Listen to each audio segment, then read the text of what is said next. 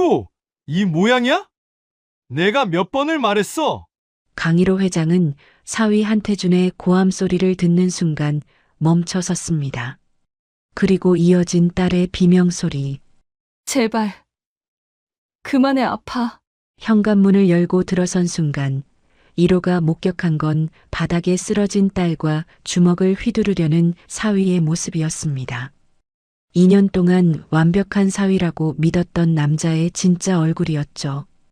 5천억 자산가 아버지는 그날 이후 무엇을 했을까요? 시청 전에 구독과 좋아요 꼭 부탁드립니다. 영상 제작에 큰 힘이 됩니다. 또 이 모양이야? 내가 몇 번을 말했어. 당장 나가. 강일호는 현관문 앞에서 들려오는 목소리에 손을 멈췄습니다. 분명 사위 한태준의 목소리였죠. 하지만 평소 듣던 그 공손하고 부드러운 톤이 아니었어요. 차갑고 날카로웠습니다. 제발 오빠, 나 정말 잘못한 거 없어. 딸 예원의 목소리가 떨리고 있었습니다. 1호는 손에 들고 있던 선물 상자를 천천히 내려놓았어요. 심장이 빠르게 뛰기 시작했죠. 잘못한 게 없다고? 매번 그 말만 하잖아. 이번엔 진짜 혼내줘야겠어. 쾅! 무언가 벽에 부딪히는 소리가 들렸습니다. 1호는 더 이상 망설이지 않았어요. 비밀번호를 눌렀습니다. 딸이 결혼하면서 만약을 대비해 알려준 번호였죠. 그때는 이런 식으로 쓰게 될 줄 몰랐습니다. 문이 열렸어요. 현관을 지나 거실로 들어서는 순간 1호의 눈앞에 펼쳐진 광경은 믿기 힘든 것이었습니다. 바닥에 쓰러진 예원이 두 손으로 얼굴을 가린 채 웅크리고 있었고 그 위에는 한태준이 서서 주먹을 휘두르려는 자세를 취하고 있었어요. 뭐 하는 거야? 1호의 목소리가 거실 전체를 울렸습니다. 태준은 깜짝 놀라 뒤돌아봤어요. 얼굴이 순식간에 하얗게 질렸죠. 장인어른, 이게... 1호는 대답을 기다리지 않았습니다. 큰 걸음으로 다가가 태준의 멱살을 잡았어요. 평생 남을 때려본 적 없는 사람이었지만 그 순간만큼은 달랐습니다. 감히 내 딸한테 손을 댔어? 아니에요. 오해입니다. 예원이가 넘어져서. 태준의 변명이 끝나기도 전에 1호는 그를 벽 쪽으로 밀쳤습니다. 그리고 바닥에 쓰러진 딸에게 다가갔어요. 예원의 왼쪽 눈 아래가 퉁퉁 부어 있었고 입술이 터져서 피가 흐르고 있었습니다. 예원아, 괜찮아? 딸은 아버지를 보자 눈물을 터뜨렸어요. 하지만 말은 하지 못했습니다. 그저 고개만 가로저었죠. 아빠가 왔어. 이제 괜찮아. 1호는 재빨리 휴대폰을 꺼내 119에 전화를 걸었습니다. 태준은 벽에 기댄 채 서 있었어요. 도망가지도 못하고 말도 못한 채 그저 떨고만 있었죠. 여보세요. 구급차 보내주세요.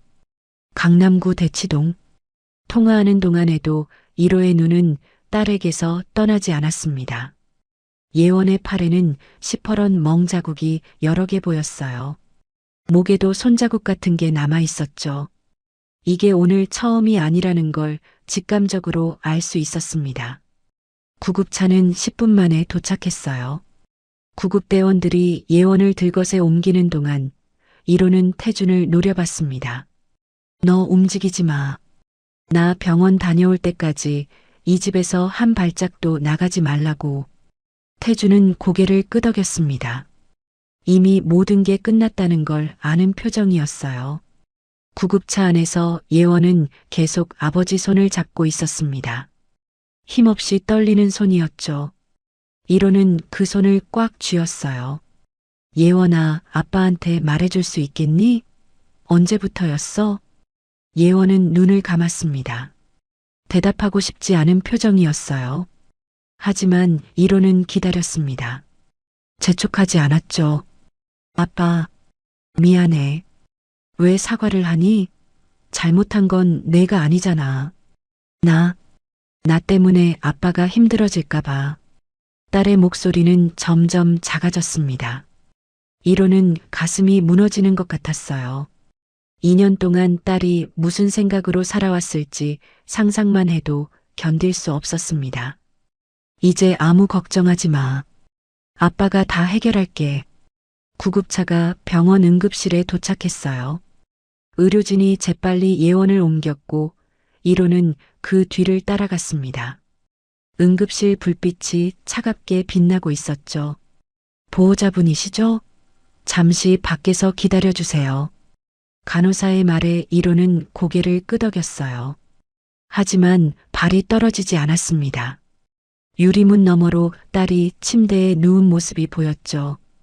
의사들이 분주하게 움직이고 있었어요. 30분이 지났을까요? 담당 의사가 밖으로 나왔습니다. 40대 후반으로 보이는 여의사였어요. 보호자분이십니까? 네, 제가 아버지입니다. 의사는 차트를 보며 말했습니다. 따님 상태가 심각합니다. 외상만 해도 여러 곳인데 더 큰 문제는 의사가 말을 멈췄어요. 이로는 불안한 마음으로 물었습니다. 뭐가 문제입니까? 엑스레이를 찍어봤는데요. 오래된 골절 흔적이 여러 군데 보입니다. 골절이요? 네. 최소 1년은 된 것 같습니다. 갈비뼈 2곳, 왼쪽 팔뚝 1곳, 그리고 손목에도 금이 갔던 흔적이 있어요. 1호의 손이 떨렸습니다. 1년이라는 말이 귀에 계속 맴돌았죠. 그게 어떻게 된 건지 의사는 조심스럽게 말했어요. 제 경험상으로는 가정폭력 피해자들에게서 자주 보는 패턴입니다. 혹시 따님이 최근에 다른 병원을 방문한 적이 있으신지? 1호는 고개를 저었습니다. 아니, 정확히는 몰랐어요. 딸이 병원에 갔는지 안 갔는지조차 확인하지 않았던 겁니다. 잘 모르겠습니다. 제가 너무 무관심했나 봅니다. 자책하지 마세요. 지금이라도 아셨으니 다행입니다. 따님을 입원시켜서 정밀 검사를 해야 할 것 같은데요. 그렇게 해주세요. 비용은 상관없으니 최선을 다해 주십시오. 의사가 고개를 끄덕이고 돌아갔어요. 1호는 복도 벤치에 주저앉았습니다.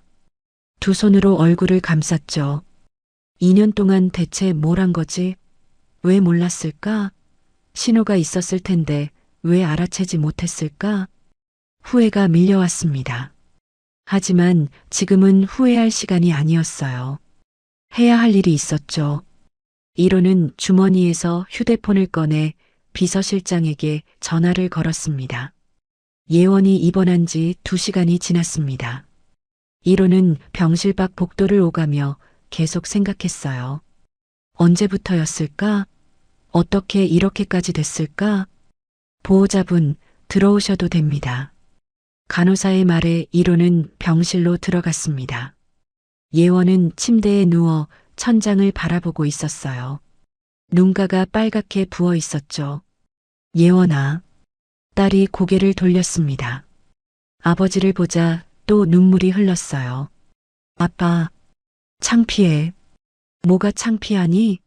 내가 잘못한 게 없는데. 1호는 딸의 손을 잡았습니다.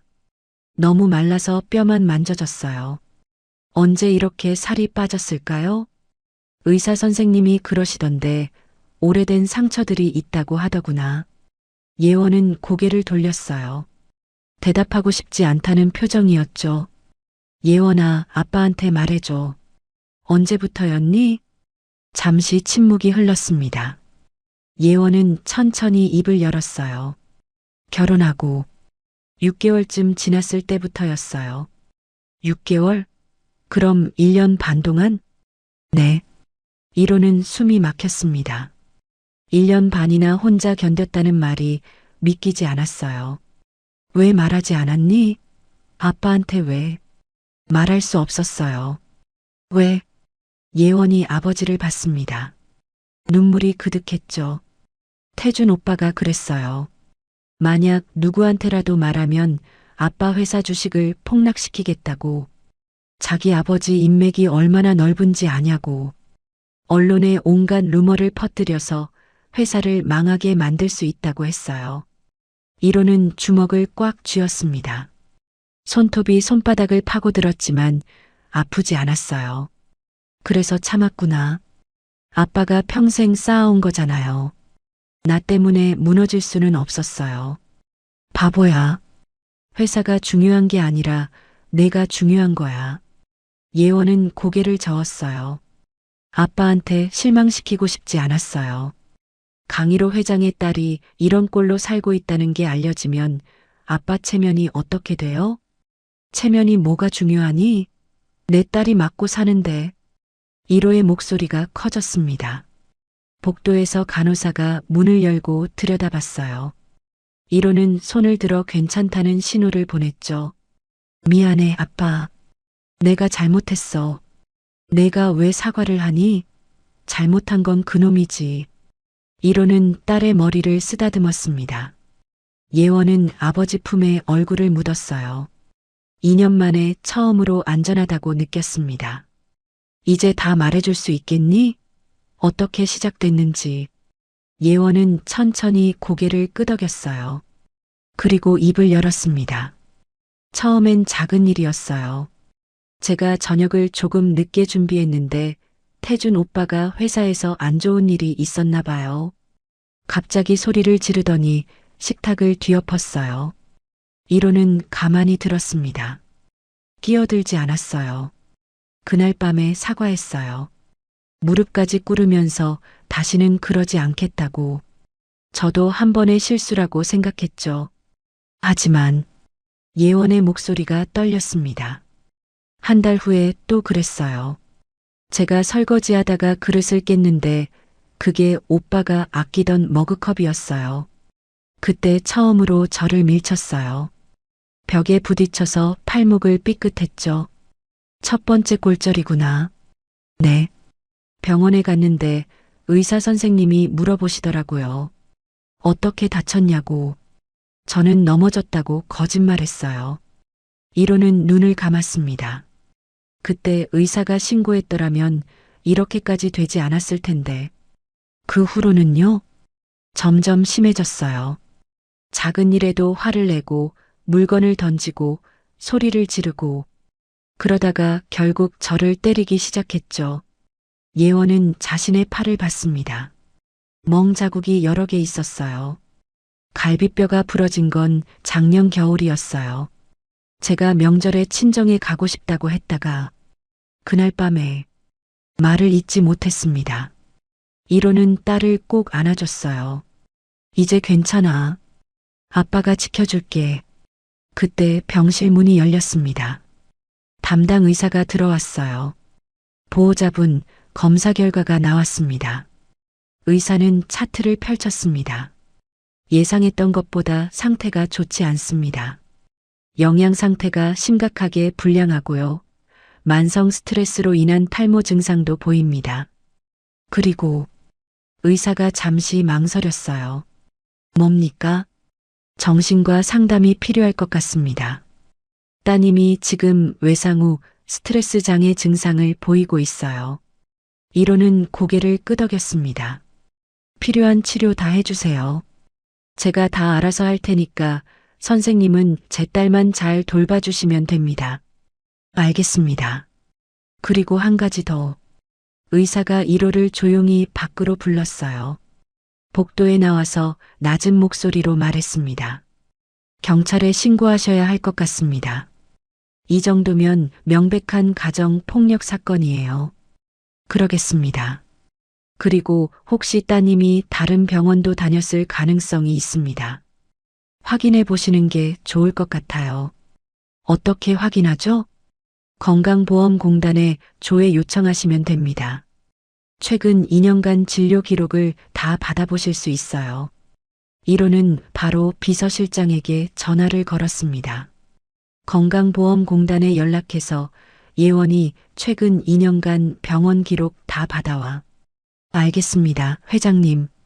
그리고 한태준, 그놈 신상정보 전부 조사해. 24시간 안에 내 책상에 올려놔.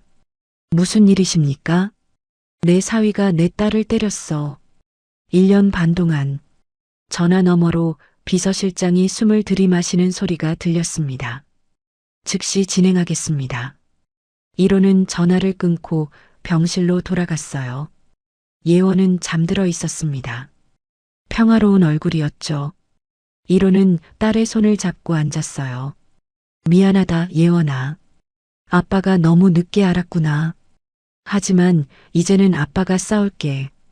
내가 겪은 고통 하나도 빠짐없이 되갚아줄 거야. 다음 날 아침 1호는 병원 로비에서 비서실장을 만났습니다. 차동혁 비서실장은 두꺼운 서류 봉투를 건넸어요. 건강보험공단에서 받은 자료입니다. 1호는 봉투를 열었습니다. 엑셀로 정리된 진료 기록이 나왔어요. 날짜, 병원 이름, 진료 과목이 빼곡하게 적혀 있었죠. 이게 다야? 네. 최근 2년간 총 17번 병원을 방문했습니다. 17번이나? 1호는 자료를 자세히 봤어요. 정형외과가 8번, 내과가 5번, 피부과가 4번이었습니다. 그런데 특이한 점이 있습니다. 뭔데? 모두 다른 병원입니다.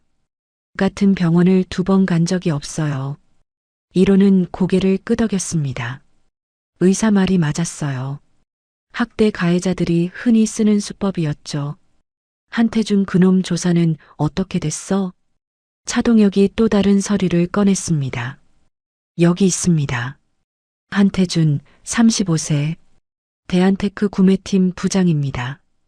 대한테크? 네. 중견 전자부품 제조업체입니다. 연매출 300억 정도 되고요.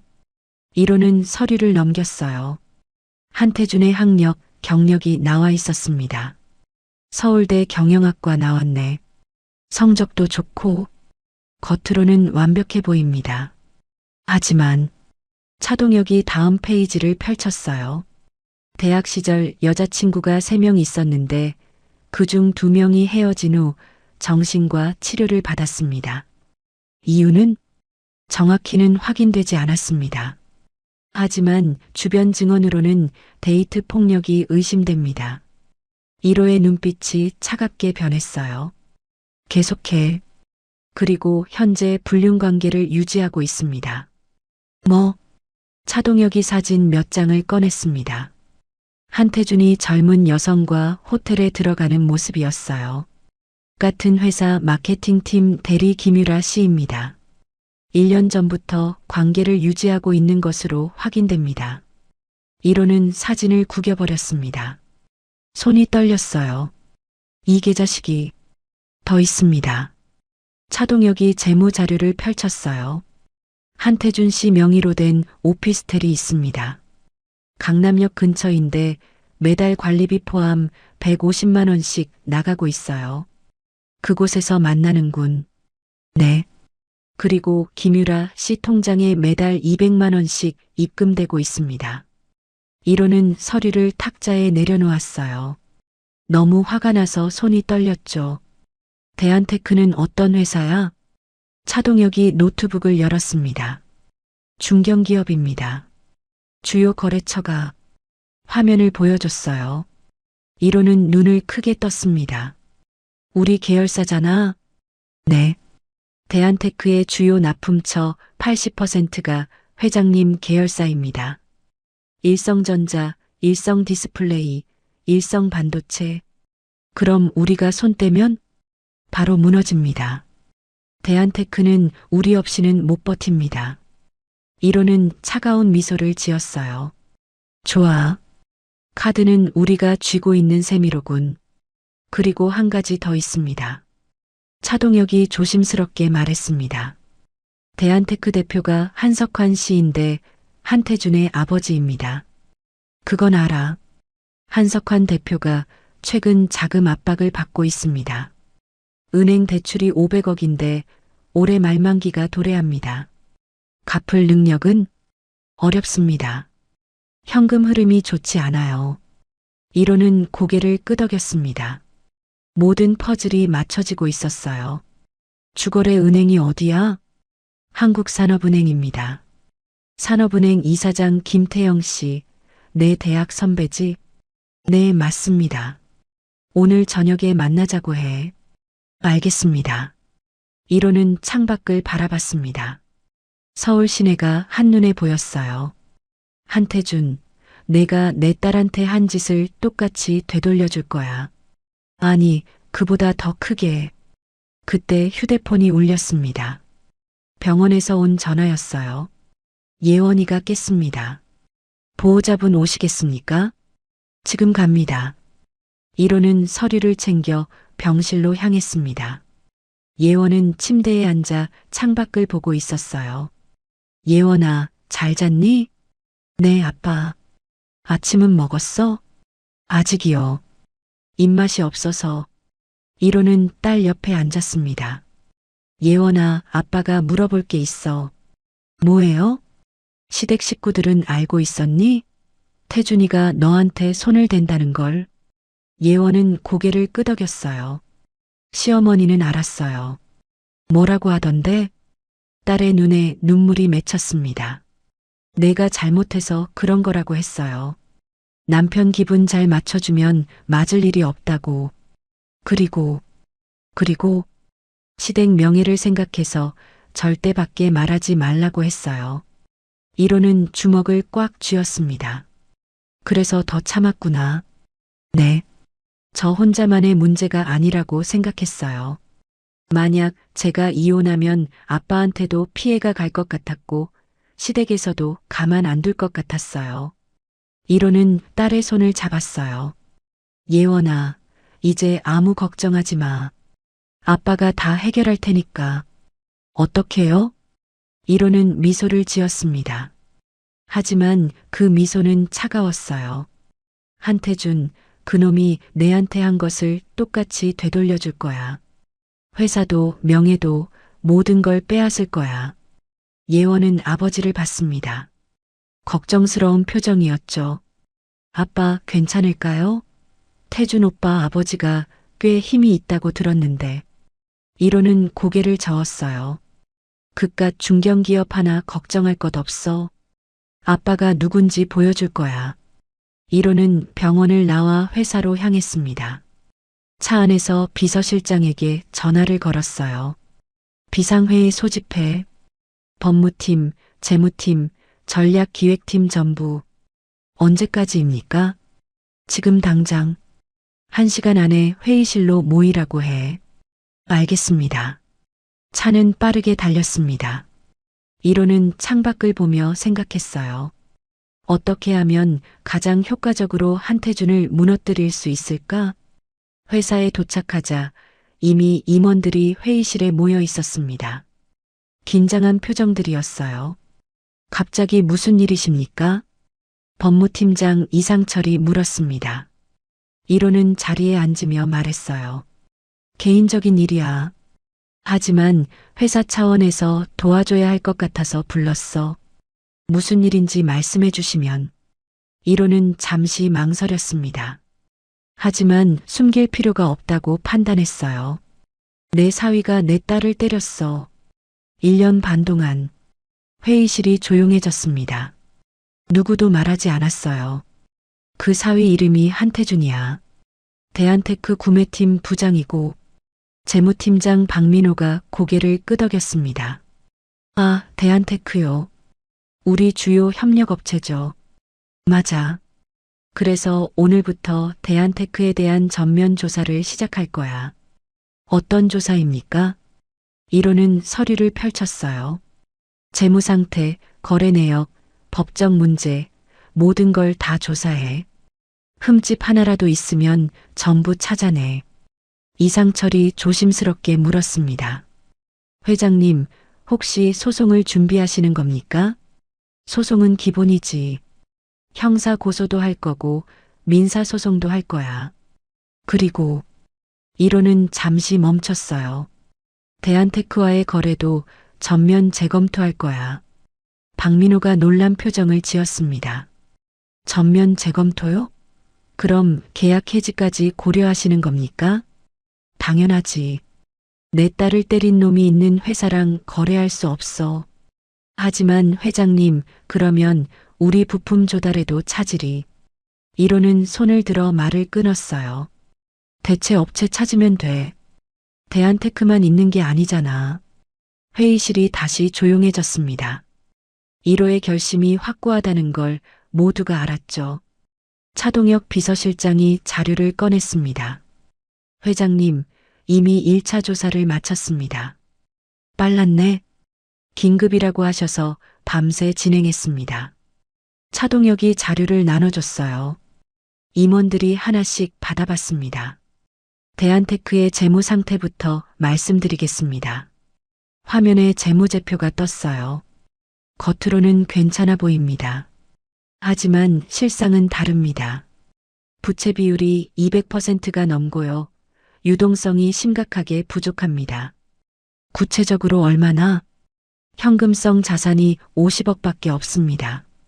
하지만 올해 말만기 도래하는 대출이 500억입니다. 갚을 능력이 없다는 거네. 네. 연장을 받아야 하는데 은행에서 쉽게 해주지 않을 겁니다. 왜? 대한테크의 주요 매출처가 우리 계열사인데 만약 우리가 계약을 해지하면 대한테크는 바로 위기에 처합니다. 은행도 그걸 알고 있죠. 1호는 고개를 끄덕였어요. 그럼 우리가 카드를 쥐고 있는 셈이로군. 맞습니다. 이상철 법무팀장이 말했습니다. 회장님, 법적 문제도 몇 가지 발견했습니다. 뭔데? 대한테크가 최근 3년간 세금 신고를 제대로 하지 않은 정황이 있습니다. 특히 해외 거래 관련해서요. 탈세? 확실하지는 않지만 의심됩니다. 국세청에 제보하면 조사 들어갈 겁니다. 1호는 만족스러운 표정을 지었어요. 좋아. 계속 파고들어. 그리고 한태준 개인에 대해서도 조사했습니다.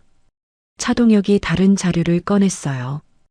횡령 의혹이 있습니다. 횡령? 네. 한태준이 구매팀 부장으로 일하면서 특정 업체와만 거래를 했는데 그 업체 대표가 한태준의 대학 동기입니다. 리베이트를 받았다는 거야? 가능성이 높습니다.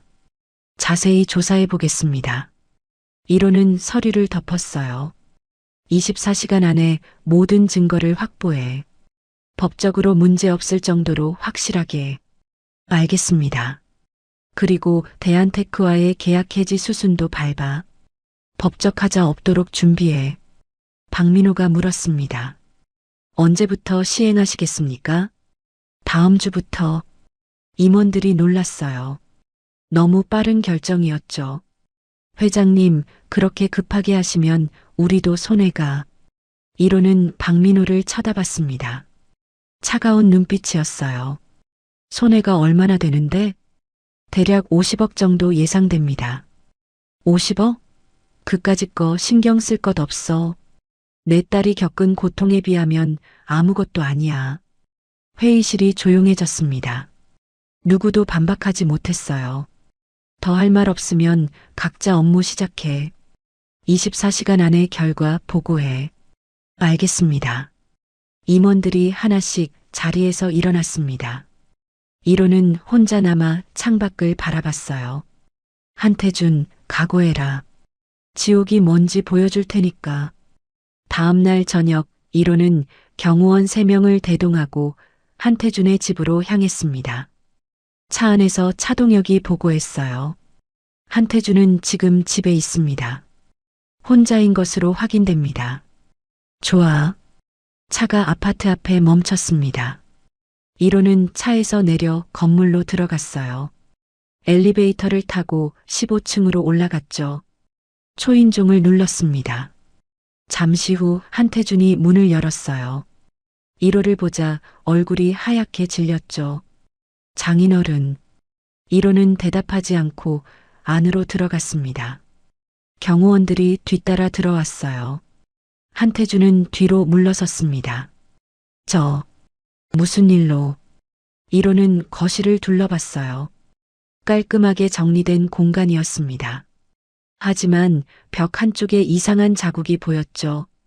페인트가 벗겨지고 움푹 들어간 자국이었어요. 이게 뭐지? 1호가 그 자국을 가리켰습니다. 한태준은 대답하지 못했어요. 예원이 머리가 부딪힌 자국이야? 아, 아닙니다. 제가 실수로. 거짓말하지 마. 1호의 목소리가 차가워졌습니다. 한태준은 입술을 깨물었어요. 1호는 주머니에서 서류 뭉치를 꺼냈습니다. 한태준 앞에 던졌어요. 읽어봐. 한태준은 떨리는 손으로 서류를 집어들었습니다. 첫 페이지를 펼치자 병원 진료 기록이 나왔어요. 이게 예원이가 최근 2년간 다닌 병원 기록이야. 17번이나 병원에 갔더라. 한태준은 고개를 숙였습니다. 다음 페이지 넘겨봐. 두 번째 페이지에는 엑스레이 사진이 있었습니다. 골절 흔적이 선명하게 보였어요. 갈비뼈 3곳, 팔뚝 1곳, 손목 2곳. 내가 한 짓이지? 장인어른, 저는. 대답해. 내가 했어, 안 했어? 한태준은 무릎이 꺾였습니다. 바닥에 주저앉았어요. 죄송합니다. 죄송하다고? 그 말로 끝이야? 1호는 다시 서류를 꺼냈습니다. 이번에는 사진이었어요. 이건 뭐지? 사진에는 한태준이 젊은 여성과 호텔에 들어가는 모습이 찍혀 있었습니다. 이건 김유라 씨. 너희 회사 마케팅팀 대리지? 1년째 만나고 있더라. 한태준은 아무 말도 하지 못했어요. 1호는 또 다른 서류를 던졌습니다. 오피스텔 계약서야. 강남역 근처. 매달 150만 원씩 나가는데 거기서 만나지? 저는 정말. 그리고 이건 김유라 씨 통장 내역이야. 매달 200만 원씩 입금되더라. 내가 보낸 거지? 한태준은 완전히 무너졌습니다. 바닥에 엎드려 울기 시작했어요. 용서해 주세요. 제가 잘못했습니다. 1호는 그를 내려다봤습니다. 혐오스러운 눈빛이었어요. 용서? 넌 내 딸한테 용서를 구했어? 한태준은 대답하지 못했습니다. 1년 반 동안 내 딸을 때리면서 단 한 번이라도 진심으로 사과했어? 1호는 한태준의 멱살을 잡았습니다. 벽으로 밀쳐 넣었어요. 대답해. 안 했습니다. 왜? 제가 화가 나면 참을 수가 없었습니다. 1호는 한태준을 놓아줬습니다. 한태준이 바닥에 쓰러졌어요.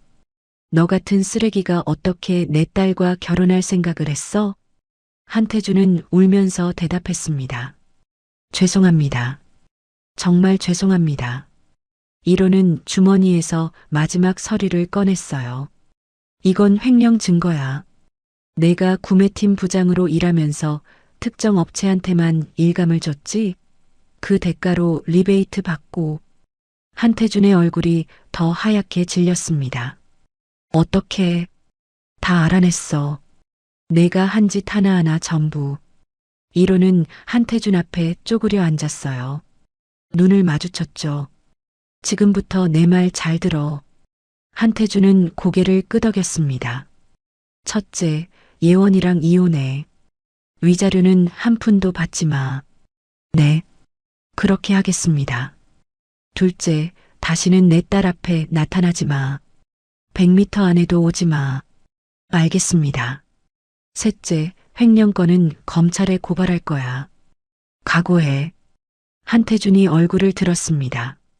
장인어른, 그것만은. 1호는 손을 들어 말을 끊었어요. 협상은 없어. 내가 선택할 수 있는 건 아무것도 없어. 그리고 넷째. 1호는 일어섰습니다. 너희 회사 대한테크. 우리랑 거래 끝이야. 한태준의 눈이 커졌어요. 그건 안 됩니다. 우리 회사가 망합니다. 알아. 그게 목적이야. 1호는 뒤돌아서서 현관으로 향했습니다. 장인어른, 제발. 한태준이 1호의 다리를 붙잡았어요. 1호는 그를 차갑게 내려다봤습니다. 놓지 않으면 폭행죄로 고소할 거야. 한태준은 손을 놓았습니다. 이로는 문을 열고 나갔어요. 경호원들이 따라 나왔죠. 복도를 걸으며 이로는 차동혁에게 말했습니다. 내일 아침부터 시작해. 대한테크와의 계약 전부 해지 통보해. 알겠습니다. 그리고 검찰에도 자료 넘겨. 횡령, 배임, 모든 증거 다. 네, 회장님. 이로는 엘리베이터에 올랐어요. 문이 닫히며 한태준의 집이 시야에서 사라졌습니다. 이제 시작이야. 다음 날 오전 9시 대한테크 본사는 평소와 다름없이 분주했습니다. 직원들이 출근해서 컴퓨터를 켜고 업무를 시작했어요. 한태준은 사무실에 앉아 멍하니 모니터를 보고 있었습니다. 어젯밤 한숨도 못 잤어요.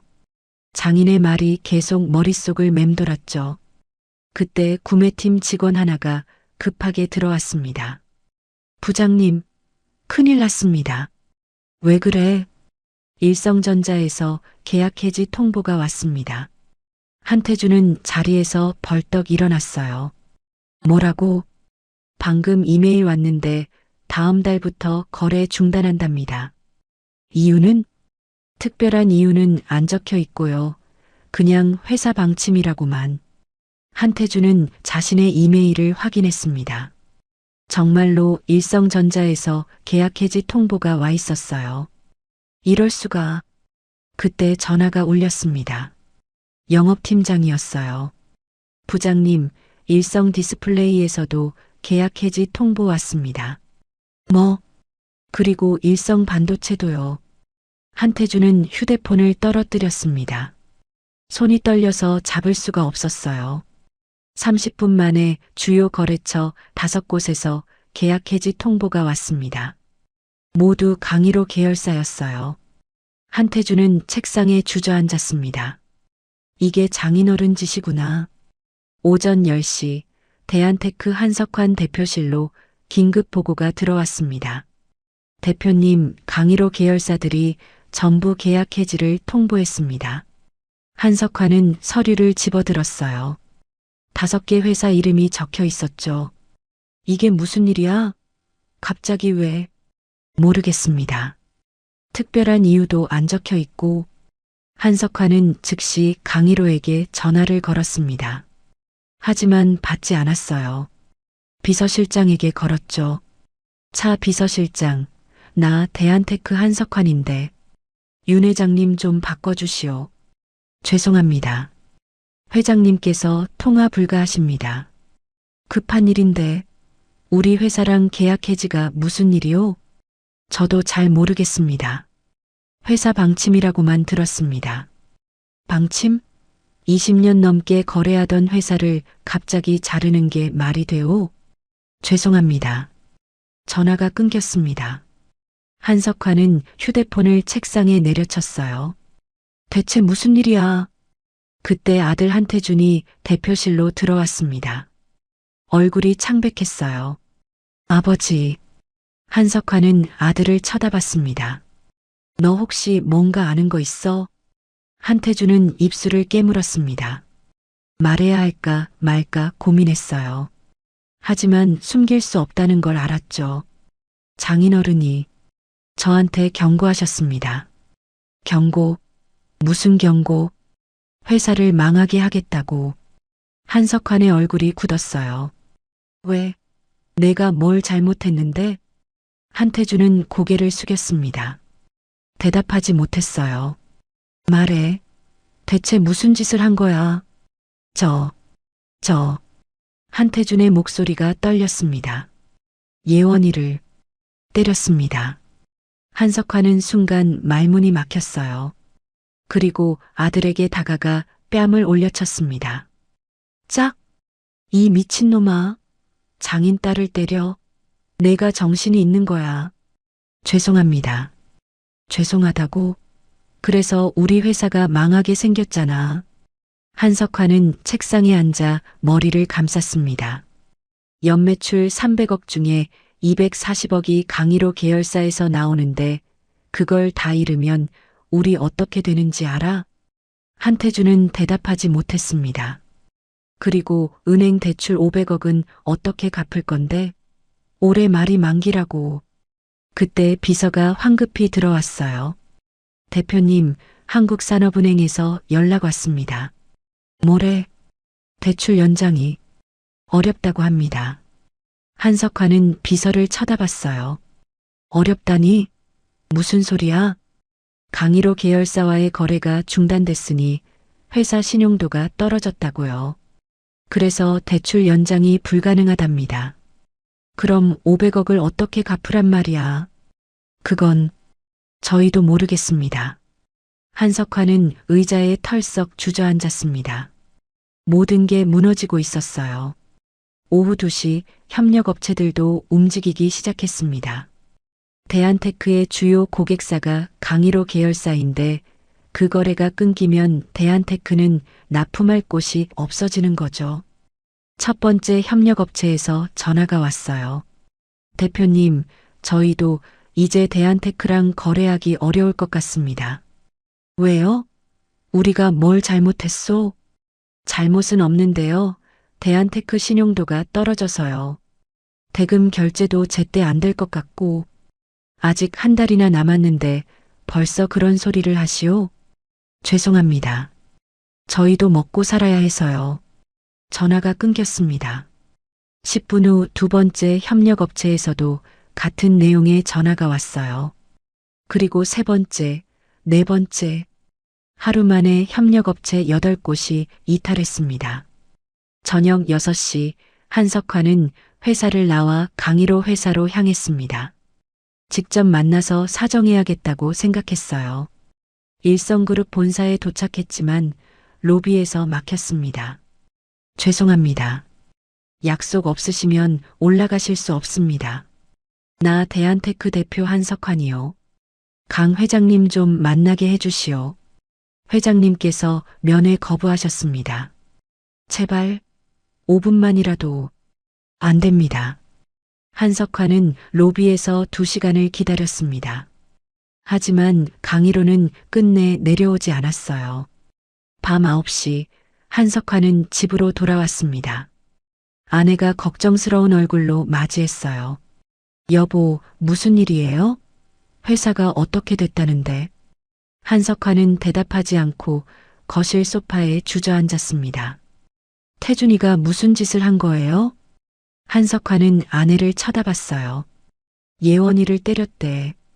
아내의 얼굴이 하얗게 질렸습니다. 뭐라고요? 1년 넘게 맞고 살았대. 그래서 강 회장님이 화가 난 거야. 세상에. 우리 회사 이제 망해. 주요 고객사 다 떠나고 은행도 돈 안 빌려주고. 한석환의 목소리가 떨렸습니다. 30년 동안 쌓아온 게 하루 만에 무너지는구나. 다음 날 오전 언론에 기사가 나기 시작했습니다. 대한테크 주요 거래처 이탈로 경영난. 강일호 회장 사위 가정폭력 의혹. 시댁회사 직격탄. 기사는 빠르게 퍼져나갔어요. SNS에서도 화제가 됐죠. 대한테크 주가는 하한가로 떨어졌습니다. 투자자들이 앞다투어 주식을 팔아치웠어요. 한석환은 회사에 출근했지만 할 수 있는 게 없었습니다. 직원들은 불안한 표정으로 복도를 배회했어요. 구조조정 들어간대요. 정리해고 시작된대. 우리 회사 망하는 거 아냐? 속삭이는 소리가 여기저기서 들렸습니다. 오후 3시 한석환은 강일호에게 마지막으로 전화를 걸었어요. 이번에는 받았습니다. 강 회장님. 한석환의 목소리가 떨렸어요. 뭐요? 강일호의 목소리는 차갑고 무덤덤했습니다. 제발 한 번만 기회를 주십시오. 제 아들 잘못은 제가 책임지겠습니다. 어떻게 책임질 건데요? 이혼시키겠습니다. 그리고 아들을 회사에서 내보내겠습니다. 그러니 거래를 다시 시작해달라는 말입니까? 네. 30년 거래한 사이 아닙니까? 강일호는 잠시 침묵했습니다. 그리고 천천히 말했어요. 한 대표님, 저한테 30년 거래가 뭐가 중요합니까? 하지만 내 딸이 1년 넘게 맞고 산 거에 비하면 30년은 아무것도 아니에요. 강 회장님, 한 대표님 아들이 내 딸한테 한 것을 생각하면 이 정도는 자비입니다. 전화가 끊겼습니다. 한석환은 휴대폰을 놓지 못하고 한참을 들고 있었어요. 모든 게 끝났습니다. 일주일이 지났습니다. 대한테크는 빠르게 무너지고 있었어요. 강일호 계열사와의 거래가 끊긴 후 매출이 80% 감소했습니다. 협력 업체들도 줄줄이 이탈했어요. 납품을 해도 대금을 제때 받을 수 없다고 판단했죠. 은행은 대출 회수를 시작했습니다. 500억 원을 갚으라는 통지서가 날아왔어요. 한석환은 자산을 처분하기 시작했습니다. 개인 부동산, 차량, 골프 회원권까지 모두 팔았어요. 하지만 200억밖에 마련하지 못했습니다. 한편 강일호는 수집한 증거들을 검찰에 제보했습니다. 한태준의 횡령 증거, 리베이트 수수 증거, 배임 증거까지 모든 자료를 넘겼어요. 검찰은 즉시 수사에 착수했습니다. 일주일 만에 한태준을 소환했죠. 한태준 씨 출석 요구합니다. 한태준은 검찰 조사를 받으러 갔습니다. 기자들이 몰려들었어요. 한태준 씨, 횡령 혐의 인정하십니까? 부인과의 폭력은 사실입니까? 한태준은 고개를 숙인 채 검찰청 건물로 들어갔습니다. 조사는 6시간 동안 이어졌어요. 한태준은 모든 것을 자백했습니다. 증거가 너무 확실해서 부인할 수도 없었죠. 횡령 금액이 3억 원이 넘습니다. 인정하십니까? 네, 인정합니다. 리베이트도 받았죠? 네. 그리고 부인에 대한 폭행도 인정하십니까? 한태준은 잠시 망설였습니다. 하지만 고개를 끄덕였어요. 네, 제가 잘못했습니다. 조사가 끝나고 한태준은 구속영장이 청구됐습니다. 법원은 증거인멸 우려와 도주 우려를 이유로 영장을 발부했어요. 한태준은 구치소로 향했습니다. 호송차 안에서 창밖을 바라봤어요. 자유로운 세상을 마지막으로 보는 것 같았죠. 언론은 연일 이 사건을 보도했습니다. 재벌 사위 한태준, 횡령 폭행 혐의로 구속. 대한테크, 사실상 파산 수순. 가정폭력 피해자였던 강혜원 씨 회복 중. 기사마다 한태준을 비난하는 댓글이 쏟아졌어요. 저런 쓰레기가 사람이야? 평생 감옥에서 썩어야 해. 부인한테 맞은 만큼 맞아야지. 한태준의 인생은 완전히 무너졌습니다. 대한테크도 결국 법정 관리에 들어갔어요. 직원들은 정리해고됐고 회사 건물도 경매에 넘어갔습니다. 한석환은 모든 것을 잃었습니다. 30년 동안 쌓아온 회사, 재산, 명예 모두 사라졌어요. 어느 날 저녁 한석환은 강일호를 찾아갔습니다. 일성그룹 본사가 아닌 예원이 입원한 병원으로 갔어요. 복도에서 강일호를 만났습니다. 1호는 병실에서 나오는 길이었죠. 강 회장님, 한석환의 목소리는 힘없었습니다. 무슨 일이십니까? 1호의 목소리는 여전히 차가웠어요. 용서를 구하러 왔습니다. 저한테요?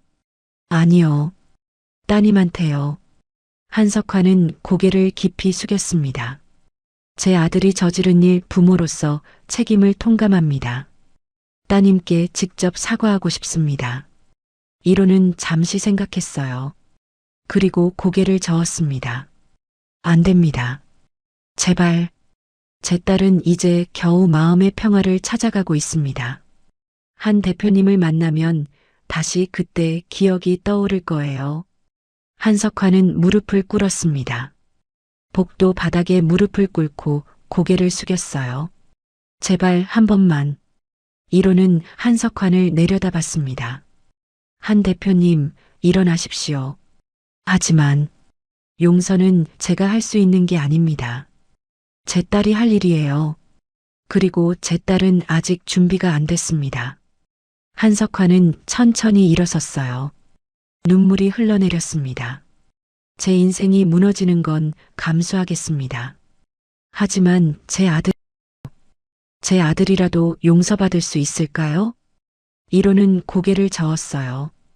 그건 법원이 판단할 일입니다. 그리고 제 딸이 결정할 일이고요. 한석환은 더 이상 할 말이 없었습니다. 고개를 숙이고 병원을 나갔어요. 1호는 그의 뒷모습을 바라봤습니다. 동정심이 들지는 않았어요. 딸이 겪은 고통을 생각하면 이 정도는 당연한 대가였으니까요. 병실로 들어가자 예원이 창밖을 보고 있었습니다. 아빠, 누가 왔었어요? 아무도 아니야. 1호는 딸 옆에 앉았어요. 예원아, 기분은 좀 어때? 많이 좋아졌어요. 이제 악몽도 안 꿔요. 다행이다. 아빠, 고마워요. 뭐가? 나를 지켜줘서. 예원은 아버지 손을 잡았습니다. 당연한 거야. 아빠니까. 1호는 딸을 꼭 안아줬어요. 이제 모든 게 끝났습니다. 한태주는 감옥에 갔고, 대한테크는 무너졌고, 딸은 안전해졌어요. 복수는 완성됐습니다. 3개월이 지났습니다. 예원은 병원에서 퇴원해 아버지가 마련한 별장에서 요양하고 있었어요. 별장은 경기도 가평에 있었습니다. 조용한 산속이었죠. 예원은 매일 아침 산책을 했어요. 맑은 공기를 마시며 천천히 걸었습니다. 심리 상담도 꾸준히 받았어요. 일주일에 2번 상담사가 별장을 방문했습니다. 예원 씨, 요즘은 어떠세요? 많이 좋아졌어요. 이제 혼자 있어도 무섭지 않아요. 잘하셨어요. 조금씩 나아지고 계세요. 상담사는 예원의 손을 잡아줬습니다. 예전에는 문 닫는 소리만 들어도 심장이 뛰었는데 이제는 괜찮아요. 훌륭해요. 트라우마를 극복하고 계시는 거예요. 예원은 미소를 지었습니다. 오랜만에 진심으로 웃는 얼굴이었어요. 어느 날 예원은 작은 그림 공방을 시작했습니다. 별장 근처에 작은 건물을 임대했어요. 처음에는 혼자 그림을 그렸습니다. 수채화, 유화, 아크릴화 여러 가지를 시도했죠. 그림을 그리는 동안에는 아무 생각도 나지 않았어요. 오직 붓과 캔버스에만 집중할 수 있었습니다. 한 달 후 예원은 공방을 일반인에게 개방했습니다. 그림 수업을 시작한 거예요. 처음에는 학생이 3명뿐이었습니다. 하지만 입소문이 나면서 점점 늘어났어요. 선생님, 이 부분은 어떻게 칠해야 해요? 천천히 해보세요. 급하게 하지 마시고요. 예원은 학생들을 가르치며 보람을 느꼈습니다. 누군가를 도와준다는 것, 누군가에게 필요한 사람이 된다는 것이 좋았어요. 강의로는 매주 주말 딸을 찾아갔습니다. 금요일 저녁이면 회사를 일찍 나와 가평으로 향했어요. 아빠, 예원은 현관에 나와 아버지를 맞이했습니다. 얼굴에 혈색이 돌아 있었어요. 예원아, 잘 지냈니? 네, 잘 지냈어요. 2 사람은 함께 저녁을 먹었습니다. 예원이 직접 만든 음식이었어요. 오, 맛있네. 내가 요리를 이렇게 잘했었어? 여기 와서 배웠어요. 유튜브 보면서요. 1호는 만족스럽게 웃었습니다. 식사 후에는 함께 산책을 했어요. 별장 주변 산책로를 천천히 걸었죠. 아빠, 고마워요. 갑자기 왜? 나를 포기하지 않아줘서. 1호는 딸의 손을 잡았습니다. 당연한 거야. 넌 내 딸이잖아. 만약 아빠가 그날 오지 않았으면. 예원의 목소리가 떨렸습니다. 생각하지 마. 이제 다 지나간 일이야. 네. 2 사람은 잠시 벤치에 앉았어요. 하늘에는 별이 총총히 빛나고 있었습니다. 예원아, 앞으로 어떻게 하고 싶니? 글쎄요. 지금처럼 그림 그리고 가르치고 평범하게 살고 싶어요. 평범한 게 제일 좋은 거지. 그리고 아빠랑 자주 보고 싶어요. 이로는 딸을 안아줬어요. 아빠도 그래. 앞으로는 매주 올게. 정말요? 진짜야. 어느 봄날 예원은 공방에서 첫 개인전을 열었습니다. 지난 3개월 동안 그린 그림 20점을 전시했어요. 전시의 제목은 다시 봄이었습니다. 오프닝 날 많은 사람들이 찾아왔어요. 마을 주민들, 수강생들, 그리고 강의로도 왔습니다. 예원아, 축하한다. 이로는 딸에게 꽃다발을 건넸어요. 고마워요, 아빠. 그림 정말 잘 그렸다. 아빠는 내가 이렇게 재능이 있는 줄 몰랐어. 저도 몰랐어요. 두 사람은 전시된 그림들을 함께 봤습니다. 첫 번째 그림은 어두운 색감이었어요. 검은색과 회색이 줄을 이뤘죠. 하지만 뒤로 갈수록 색이 밝아졌습니다.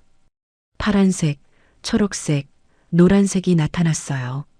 마지막 그림은 밝은 봄 풍경이었습니다. 벚꽃이 만개한 공원, 그 아래를 걷는 두 사람의 뒷모습. 이거, 우리야? 이로가 물었습니다. 네. 아빠랑 제가 산책하는 모습이에요. 이로는 그림을 한참 바라봤어요. 눈시울이 붉어졌습니다. 아빠, 울지 마세요. 아니야. 안 울어. 이로는 눈물을 닦았습니다. 그냥 내가 이렇게 밝아져서 너무 좋아서. 예원은 아버지를 안아줬어요. 아빠 덕분이에요. 아빠가 날 구해줬잖아요. 전시회는 성공적이었습니다. 그림 10점이 팔렸어요. 많은 돈은 아니었지만 예원에게는 큰 의미였습니다. 저녁에 이로와 예원은 별장으로 돌아왔어요. 테라스에 앉아 와인을 마셨습니다. 아빠, 나 이제 괜찮아요. 알아. 혼자서도 잘 살 수 있을 것 같아요. 이로는 딸을 봤습니다. 그럼 이제 아빠 필요 없는 거야? 아니에요. 예원이 웃으며 대답했어요. 아빠는 계속 필요해요. 하지만 이제는 아빠 없이도 걸을 수 있다는 뜻이에요. 이로는 고개를 끄덕였습니다. 그래, 그거면 됐어. 그래도 아빠는 계속 올 거예요? 당연하지. 아빠는 내 옆에서 같이 걸을 거야. 왜요? 왜긴. 내가 내 딸이니까. 예원은 아버지 어깨에 머리를 기댔습니다. 아빠 사랑해요. 나도 사랑한다, 예원아. 두 사람은 밤하늘을 바라봤어요. 별들이 반짝이고 있었습니다. 3개월 전의 악몽은 이제 진짜 꿈처럼 느껴졌습니다. 여전히 가끔 생각나지만 예전처럼 두렵지는 않았어요. 예원은 배웠습니다. 넘어져도 다시 일어설 수 있다는 것을, 혼자가 아니라는 것을, 그리고 새로운 시작은 언제든 가능하다는 것을. 이로도 배웠습니다. 가장 중요한 것은 돈도 권력도 아니라 가족이라는 것을, 그리고 때로는 늦더라도 포기하지 않으면 된다는 것을. 봄바람이 불어왔습니다. 따뜻하고 부드러운 바람이었어요. 예원은 눈을 감고 그 바람을 느꼈습니다. 이제 무섭지 않았어요. 이제 혼자가 아니었으니까요. 지켜주지 못한 시간은 되돌릴 수 없습니다. 하지만 앞으로의 시간은 함께 만들어갈 수 있었어요. 아버지와 딸은 그렇게 새로운 봄을 맞이했습니다. 오늘 이야기가 좋으셨다면 구독과 좋아요, 알람 설정 잊지 마시고 소중한 댓글 하나가 큰 힘이 됩니다. 시청해 주셔서 진심으로 감사드립니다.